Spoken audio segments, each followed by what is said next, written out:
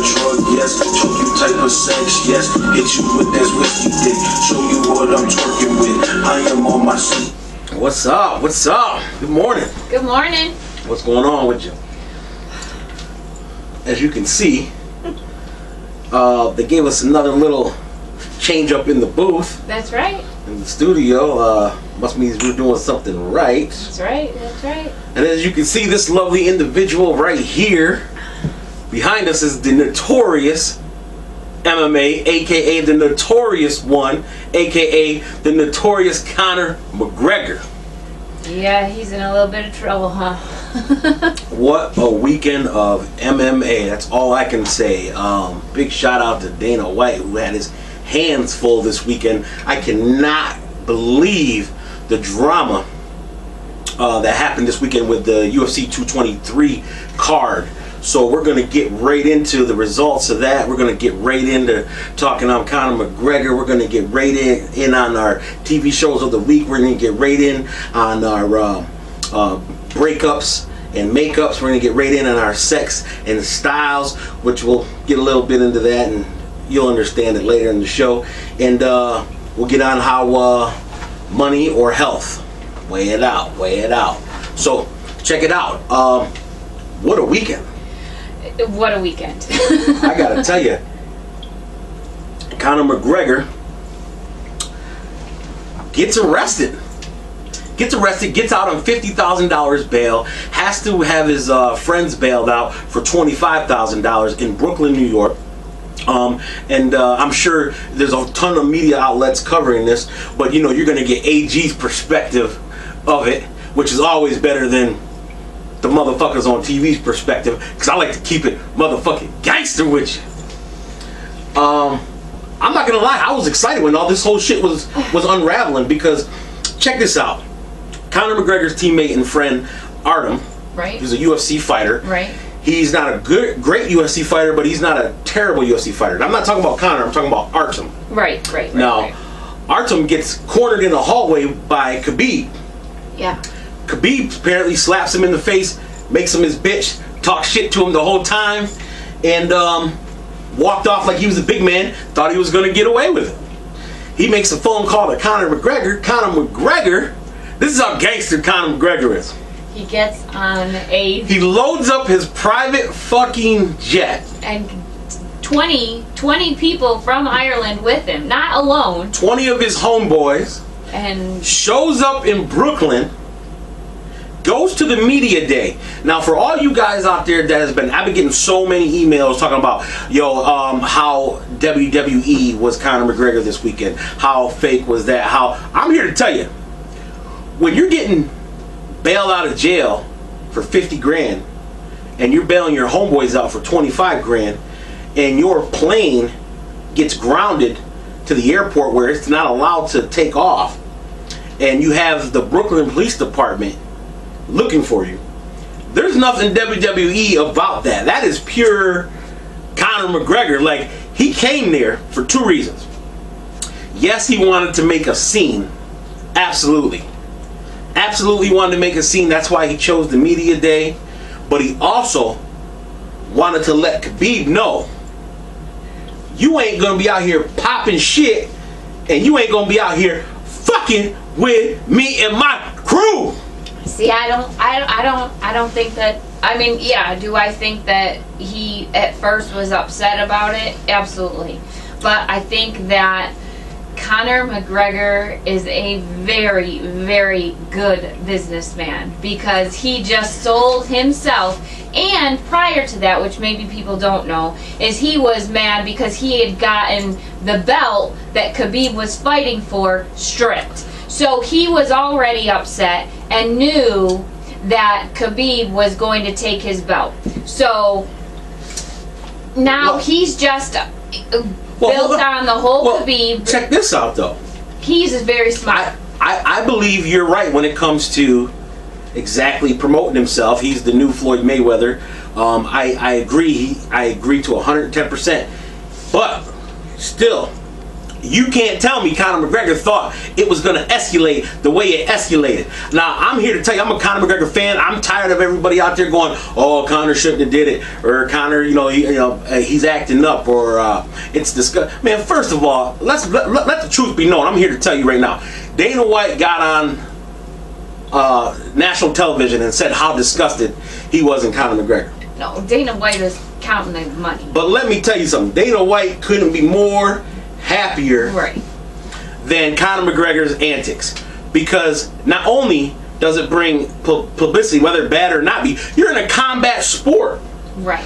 You're the same as boxing. You're the same as wrestling. You're in a combat sport. So anything that has to do with badass tactics or promoting the fight or getting out of control goes hand in hand with the sport.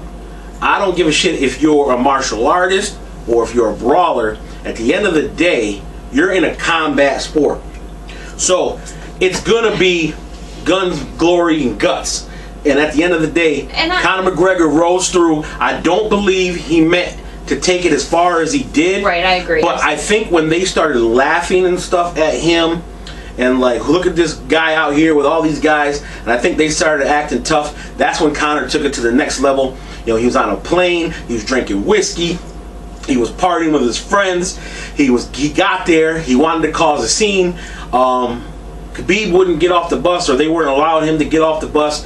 Conor took it to the next level. He always takes it to the next level. I don't believe Conor meant for any of the fighters to get hurt. Right. But unfortunately, 3 fighters got hurt.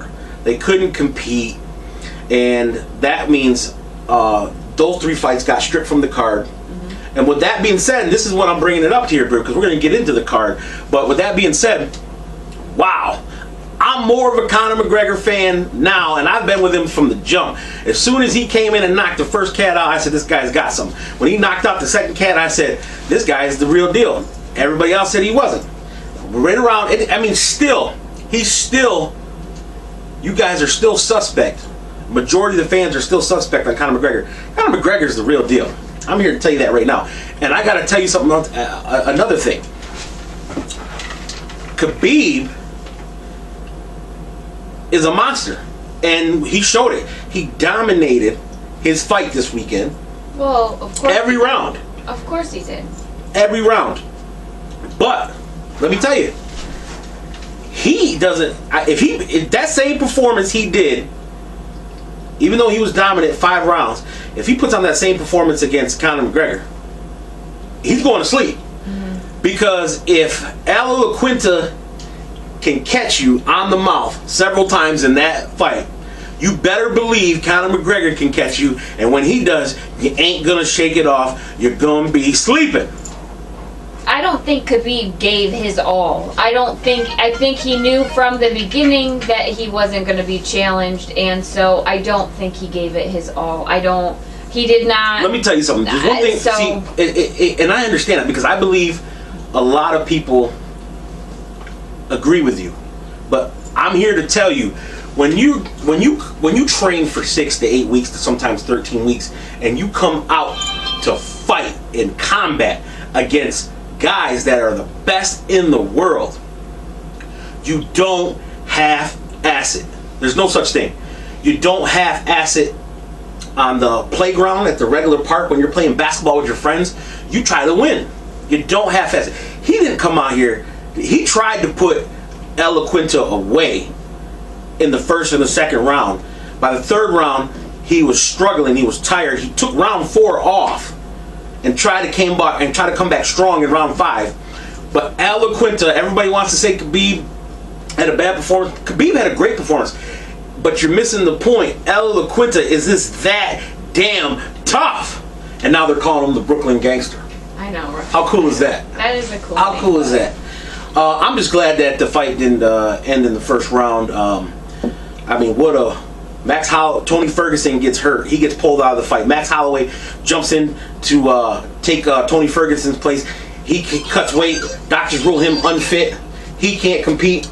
So then they offered the fight to Anthony Showtime Pettis on less than 24 hours notice. Anthony Showtime Pettis turns down the fight.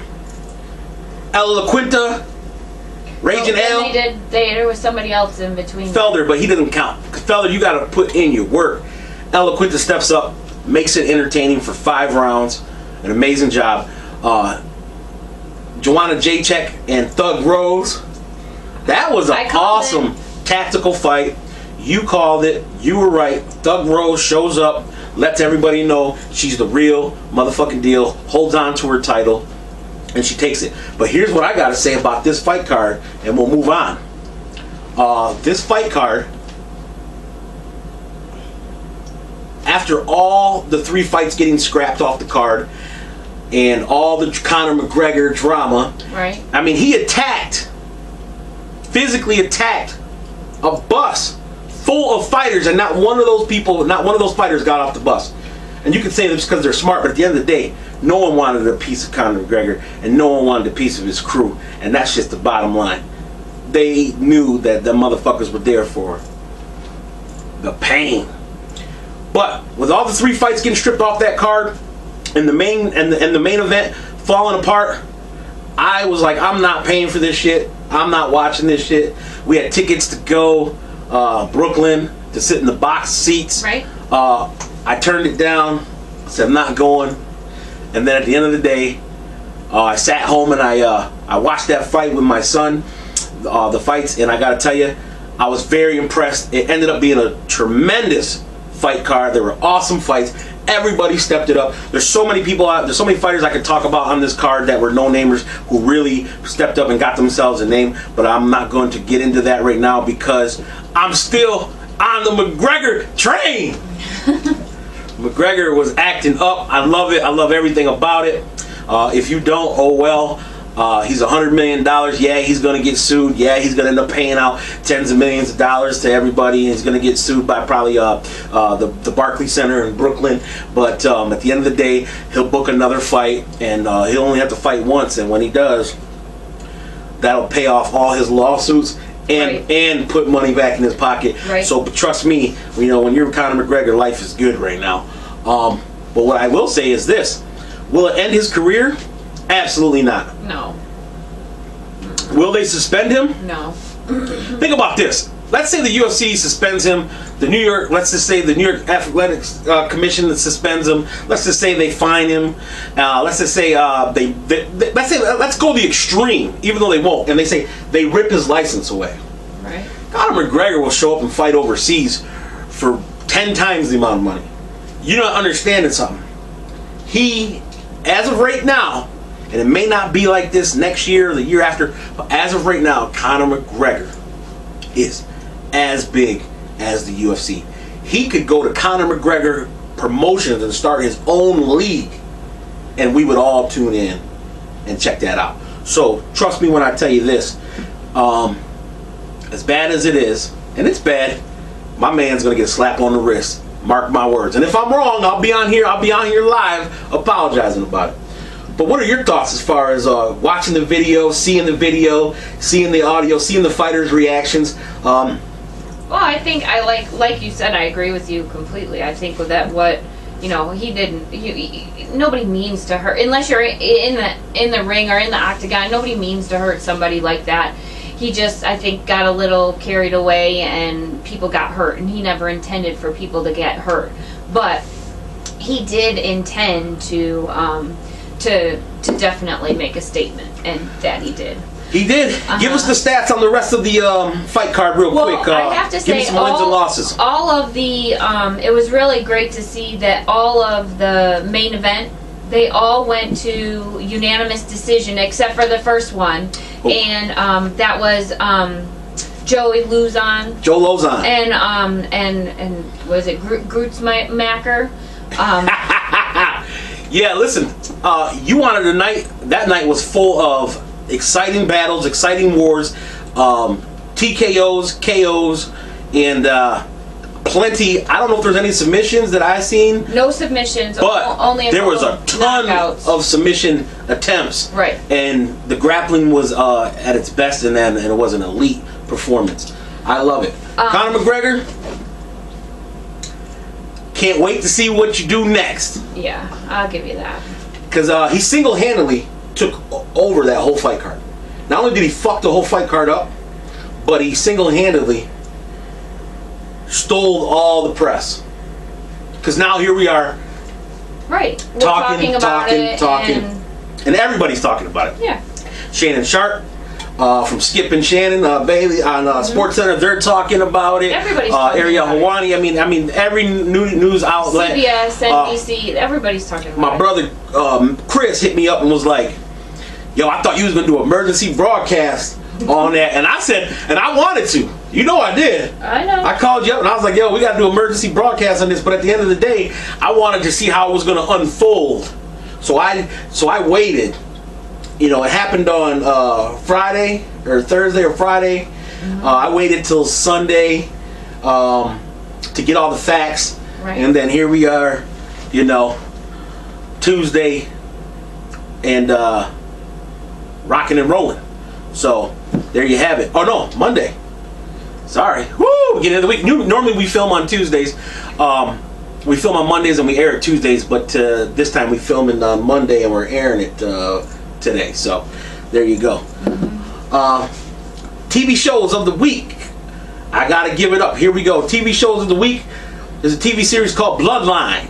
If you haven't checked it out, Netflix original. Netflix original. It's amazing. Because everybody was asking me, you know, the movie picks were great. So I'm gonna let you hold off on those movie picks until next week. But we're gonna give you some TV shows this week. First one is Bloodline. Give me another one. Great TV show. Valor. Valor. That's a military show. It has a lot of sex appeal. Yeah. A lot of action, a lot of sex appeal. Women are gonna love that show. Anybody that supports the military is gonna love that show. Anybody that is in the military is gonna love that show. So check it out. So Bloodline, Valor, Ozark. That's a good one. I'm not even going to explain for Ozark, but I'll give you just a small detail. Ozark is about a drug cartel and a very smart businessman who makes a very stupid decision. Right. And it goes down. It goes down. Right. That show really excited me. I couldn't take my eyes off it for a while. I tried to get an episode in. Jason Bateman stars in that. Now, one. is there only one season in that? You know, I'm a Jason Bateman fan. I think that's why I love it. And if you don't like Jason Bateman, I still believe you'd be interested in the show, for sure. Right.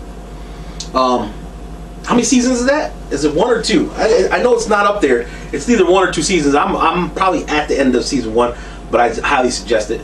Now, a big show that everybody keeps talking about has our boy that we talked about last week, Jason Momoa in Frontier.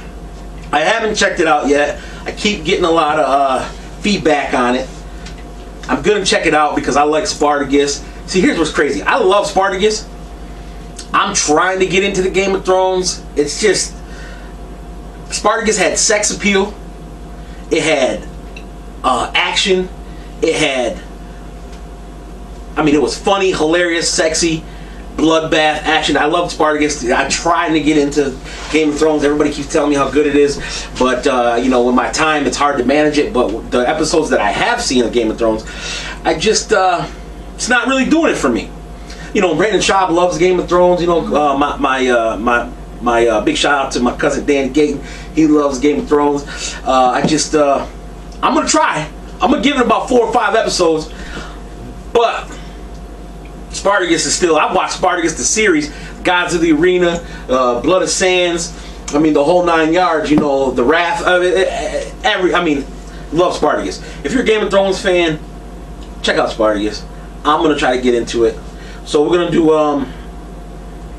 TV shows as Bloodline, Valor, Ozark, and we're gonna check out Frontier because that's what you, the fans, had told us to check out. So we're gonna watch episode 1 or 2 probably together sometime soon here, and we'll get back to you. We'll give you our critics on that. Yes.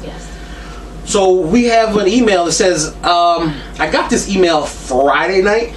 Yeah. And I think I brought it to your attention on Saturday. It says, I'm trying to break up with my boyfriend, but I really don't know how to do it because he's a sweetheart. I guess I didn't know this was an issue. In my day, it was hard to break up with somebody, especially if they were a good boyfriend or a good girlfriend. But in today's era, motherfuckers just we're done. we're done. I'm not going to say names or anything like that, but we're going to clear up some issues right now. We're going to give you the best ways to break up, and we're going to talk about what a break is. Because in my day, if somebody said to me, if a woman said to me, I think we need to take a break, that meant the shit is over. Yeah. It meant like, you're going to take a break, you're going to do your thing, I'm going to do my thing. If I can't find anything better, I'll come back. If I can't find anything, hey, right? If you can't find anything better, then I'll come back. Right. You know what I mean? That's what a break sounds like. So, but I'm here to tell you, it means something completely different this time around. To this generation, I was talking to a younger generation, and it says, we're on a break. And I said, well, that means the shit's over, right? And they were like, no, it just means that, you know what, we need to just take some time apart to ourselves, not date any other people. We just need to take some time to ourselves and really pull ourselves together, and then we're going to take some time off, and then we're going to try again at this, and maybe with a fresh head and fresh energy, we'll be able to make it work. I said, no. That means the shit is over. Right. And as far agree with you. Yeah? Yeah. And as far as the email goes, I gotta tell you this. If your boyfriend is a super nice guy and he treats you well, and you just want to go out and do something else with somebody else, and you're asking us, how should you go about it? I'm going to give you my version, and Miss Leanne here is going to give you her version. So my version is this. First thing I would do was call that motherfucker up. And I would say, listen, I'm really horny right now. I'm really into you. I don't know what it is. We need to talk. Is there someplace we could go? When can you meet? And I would go with him. And I would attempt that the actual breakup. I would tell him that I think, you know, the time is over for us. We need to move on. I want to end it on good terms. And you got to give him a chance to win you back, to win you over. Because if he really loves you and you really don't know if you want to end this or not, make them aware that you're thinking about calling it quits. And then see if they can wow you back. And if they cannot, I believe the easiest way to do it is, and this is going to be stupid, and a lot of people are going to hate me on this, and they're going to disagree with me on this. But in this day and age, I'm telling you to do it over the phone. I know. I'm going to catch all kinds of criticism about it. But in this day and age, you never know who's a psychopath. You never know how far crazy can go. And you never know how you're going to feel personally if you tell them to their face and they just break down. You're going to feel so bad. You're going to feel like shit. So I'm here to tell you, and like I said, every situation is different. If they're really good at carrying themselves, they're not clingy and all that stuff, and you want to break up, you know, I would just tell them, you know, over the phone or to their face. But if you're really worried about what they're capable of physically, mentally, emotionally, even if it's not like physically towards you, if it's towards themselves or something, I think it's just safer to just not text messages though. No text messages, no emails. Even a letter. I'm old school. Write a letter, mail it to them. You know, drop it off on, you know, on their porch or whatever. You know, write a letter. I'm old school. Write a letter, a phone call. The days of breaking up face to face are over because we live in a world that is nuts now. If you're old school, if you're our age, you know, if you're, you know, you're late 20s, early 30s, I think that you can do the face to face thing. Really have a conversation about it. Really, but or you know, or if you have to do it face to face, make sure it's in a public place. Make sure it's in a restaurant. Make sure it's in a. Don't do it in a car. Don't do it. You two alone at an apartment or the home or the residence. Make sure it's in a public place. If you're going to do it face to face, that is the safest way. for sure.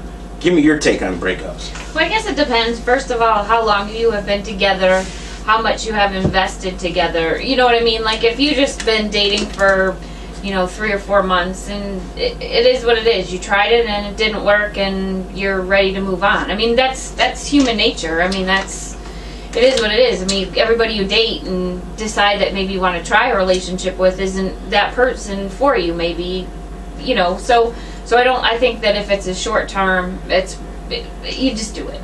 If it's long term, do it. If it's long term, you got to make sure that you're making the right decision, because what you think the grass is, that saying the grass is always greener on the other side is not necessarily the case. And then you've done something that now you can't get back, and now what? Now you made a mistake, and so first of all, you have to think about things, and you have to really weigh it out and make sure it's not, and you never want to be angry with somebody. Oh. You never want to be angry and break up because of anger. Listen, here's what I can say too. Don't have your cake and eat it too. A lot of you motherfuckers try to have your cake and eat it too. And I think everything Miss Leanne said is absolutely 100% correct.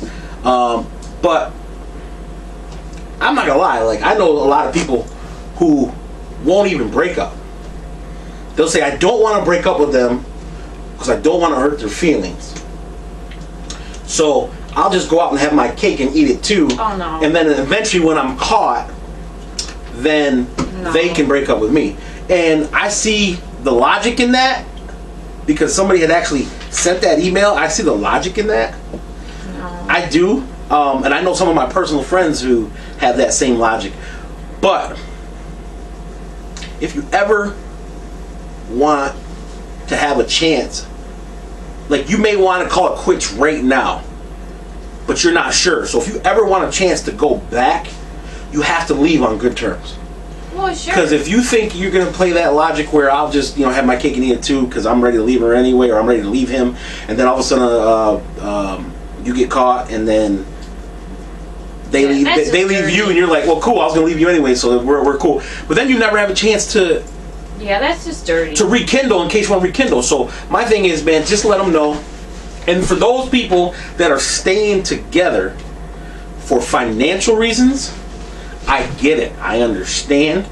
I had so many people say, we build a life together. If we get divorced or if we break up, then I won't be able to afford this, or I won't be able to afford that. Together we do this and so they live in the same household, and they don't sleep with each other, and but they stay together, and they say for the kids or for financial reasons. But I'm here to tell you, if it's over, it's over. Don't worry about the money. Don't worry about the kids. The kids are gonna be just fine. They'll get over it eventually. It's life. You're not doing anybody any favors by living in misery, and you're not doing your children any favors, because they have to sit around and watch how non-lovable you two motherfuckers are. Right. So if don't stay together for the wrong reasons, for the right reasons. At the end of the day, if the shit's over, get out, get on your own, get back to living. Get back to living. Because and my motto has always been said, get busy living or get busy dying. Hey! I think honesty, no matter how you look at it, just be honest. Be honest with yourself, be honest with your partner. If you can't be honest, then it's not a relationship anyway.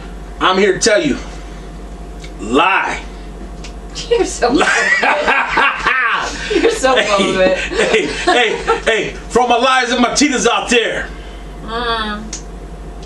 No, just be honest. No, just kidding. Be honest. They deserve it. You deserve it. You deserve it. Me, I am what you call.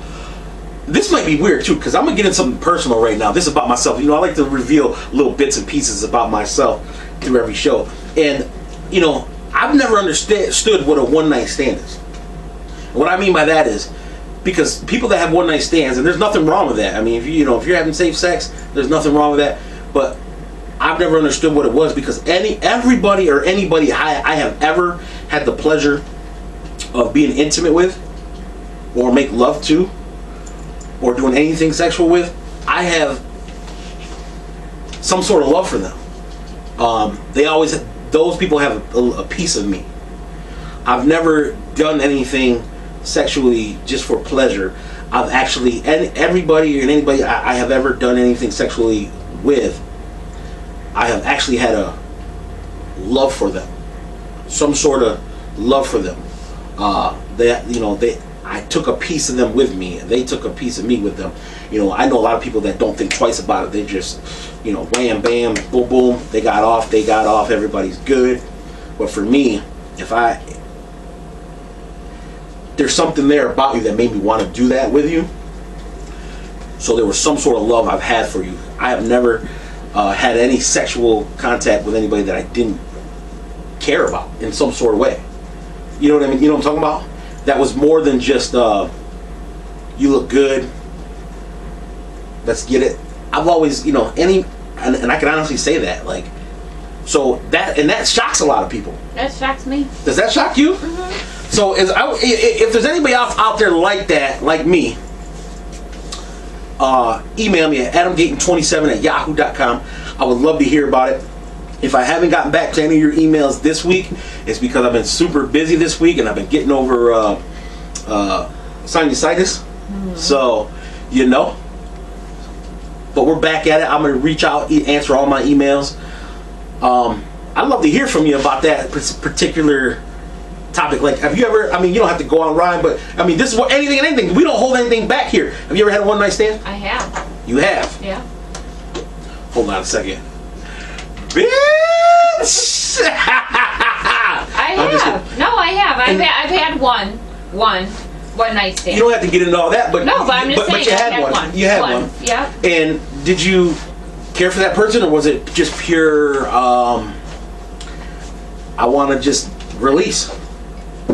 It was. I didn't really know the person, and it was a alcohol-induced situation, and listen, the next day, and that was it. One and done. Thank you. See ya. If you had to choose between the two for your children, or your friend, or your sister, if you had to choose, which recreational drug to use, alcohol or marijuana, which one would it be? You do. Drum roll. Brr, psh, bang, bam. In excess, or? Well, I'm just saying, man. I think you can drink, and you can always be excessive. You can. Has alcohol ever made you do something you didn't want to do, or do something that you regretted doing? Yes, obviously. I just told you. Listen, now this is true shit. I'm here to tell you, motherfuckers, right now. Drink the beer, drink the wine. Stay away from the liquor, because alcohol has definitely made me do some things that I didn't want to do. One of them being defecating on a porch of my homeboy's I can't believe you're telling this girlfriend. I can't believe you're telling this story. Let me just give you this little story real quick, and I'm gonna wrap it up here. Oh my gosh. Long story short, me and my friends were out drinking, having a night of boozing, and my homeboy looks at me and tells me straight up, he goes, "Yo, man, I'm getting ready to go fight this dude. He over there with my girl. I'm getting ready to do this to him. I need your backup." And I said, "All right, yo, let's go." Bartender, 2 more shots. Bow, bow. We out. We rolling. We get over to the house. He out there wilding out in front of the house. Come on out. Come on out. Da, da, da, da. No one, no one's coming out. We think that they're in there, scared to come out. So I was like, "Yo, what?" Okay. So one of my friends thinks it's a good idea to whip out his dick and start pissing all over the porch. And I was like, oh, yeah, that's how we rolling? That's how we rolling? Now, I can assure you, if I was sober, I wouldn't even be in this vehicle to go do any of this. But at some point, the 2 shots that I had after the 37 other shots, I found myself unbuckling my pants, and I wanted to outdo my friend that was pissing. So here I was, while they're yelling, yeah, come on out, come on out. I'm shitting on the porch. Then I realized there's no toilet paper on the porch. So I went to go pull my pants up. I fell, hit my head on the rock out front. I get into the car. We drive off. Everybody's laughing, acting up. And my partner looks over at me and he says, yo, are you riding shotgun with your pants still down? I said, yeah. He goes, what'd you wipe your ass with? I said, your seatbelt. So needless to say, I was woke up the next morning probably around noon, and he comes to the house and he tells me that he's been at the car wash all night shampooing his seats. More of the story is, I think marijuana is probably the best way to go. Stay away from the liquor.